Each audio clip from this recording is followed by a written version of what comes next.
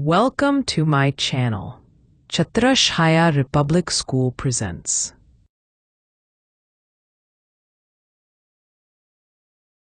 नमस्कार। कभी ये सोचा है कि एक ही देश में इतने सारे अलग अलग धर्मों के लोग एक साथ शांति से कैसे रह पाते हैं? इसका जवाब एक बहुत ही पावरफुल आइडिया में छिपा है, धर्मनिरपेक्षता। तो आज हम स्लाइड्स के जरिए यही समझेंगे कि इसका असल मतलब क्या है और ये हम सभी के लिए इतना जरूरी क्यों है। चलिए, इस बड़े आइडिया को समझने के लिए इसे जरा पर्सनल लेवल पर महसूस करते हैं।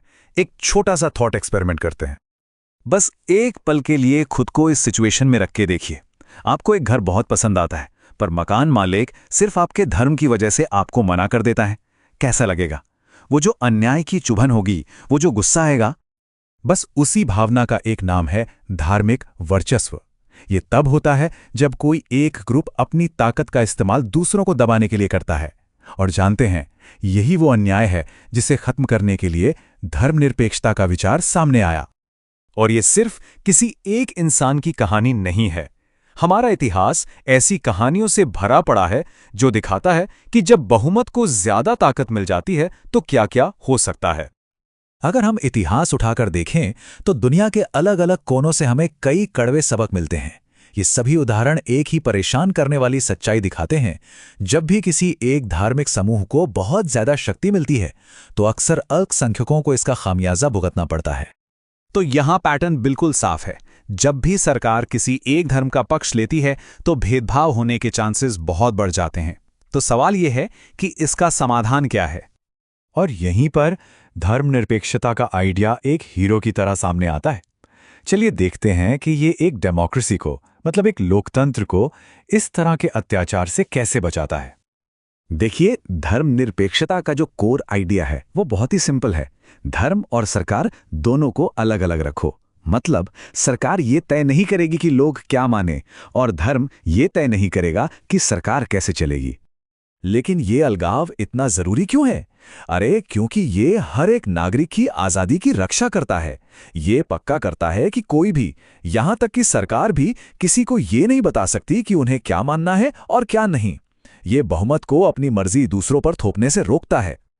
अच्छा, अब बात करते हैं भारत की। भारत में धर्मनिरपेक्षता का जो तरीका है वो बहुत ही अनोखा और दिलचस्प है। यहां बात सख्त अलगाव की नहीं, बल्कि एक नाजुक संतुलन बनाने की है।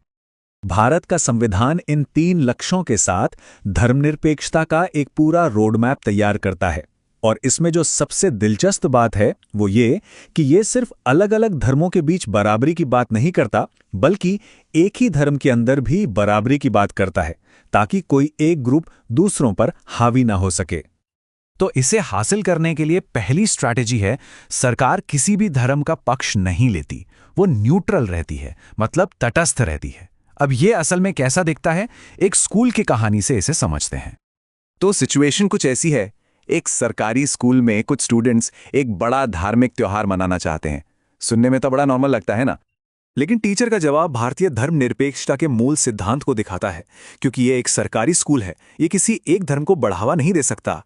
इसे सभी स्टूडेंट्स के लिए एक बराबर और न्यूट्रल जगह होना चाहिए, चाहे उनकी आस्था कुछ भी हो। और देखिए, यही इस अप्रोच की खूबसूरती है। यहां मकसद धर्म को खत्म करना नहीं है, बल्कि एक ऐसा बैलेंस बनाना है जहां हर किसी की आस्था का सम्मान हो। और कभी-कभी सम्मान का मतलब होता है हस्तक्षेप ना करना। अच्छा, अब एक दूसरी सिचुएशन पर गौर करते हैं। परमजीत, एक सिख युवक, अपनी स्कूटर चला रहा है और उसे एक पुलिस ऑफिसर रोकता है। प्रॉब्लम, उसने हेलमेट नहीं पहना। यह भारतीय धर्मनिरपेक्षता का दूसरा पहलू दिखाता है, गैर हस्तक्षेप। राज्य पगड़ी पहनने के महत्व को समझता है, जो सिख धर्म का एक अहम हिस्सा है। इसलिए धार्मिक स्वतंत्रता का सम्मान करने के लिए हेलमेट कानून में एक अपवाद बनाया गया है। लेकिन तब क्या होता है जब कोई धार्मिक प्रथा किसी के मौलिक अधिकारों का ही उल्लंघन करने लगे? ऐसी सिचुएशन में भारतीय राज्य चुपचाप नहीं देख सकता, उसे हस्तक्षेप करना ही पड़ता है। इसके बहुत मजबूत उदाहरण हमारे सामने हैं, जैसे अस्पृश्यता यानी छुआछूत जैसी प्रथाओं पर बैन लगाना एक बहुत बड़ा हस्तक्षेप था। यहां राज्य ने साफ कहा कि कोई भी धार्मिक परंपरा समानता के मौलिक अधिकार का उल्लंघन नहीं कर सकती।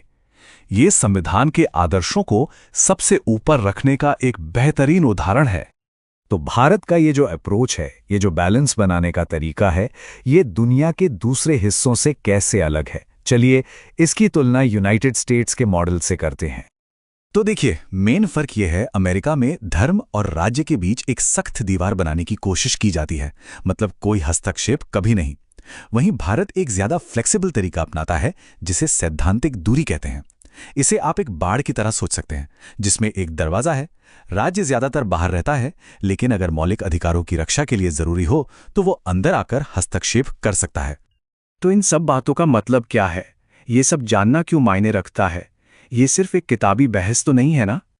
बिल्कुल नहीं। इन सिद्धांतों को समझना हमें एक बेहतर और जागरूक नागरिक बनाता है। जब हम अपने अधिकारों को जानते हैं तो हम कहीं भी हो रहे अन्याय को पहचान सकते हैं और फिर हम उसके खिलाफ खड़े हो सकते हैं, सिर्फ अपने लिए नहीं बल्कि समाज में हर किसी के लिए। चलिए इस शक्तिशाली विचार के साथ इसे समाप्त करते हैं। धर्मनिरपेक्षता कोई एक बार का समाधान नहीं है, ये एक लगातार चलने वाली प्रक्रिया है, एक निरंतर बातचीत है। इसका मकसद मतभेदों को मिटाना नहीं, बल्कि एक साथ रहने का एक ऐसा तरीका खोजना है जहां हम सब अपनी साझी इंसानियत में एकजुट हो सकें। देखने के लिए शुक्रिया।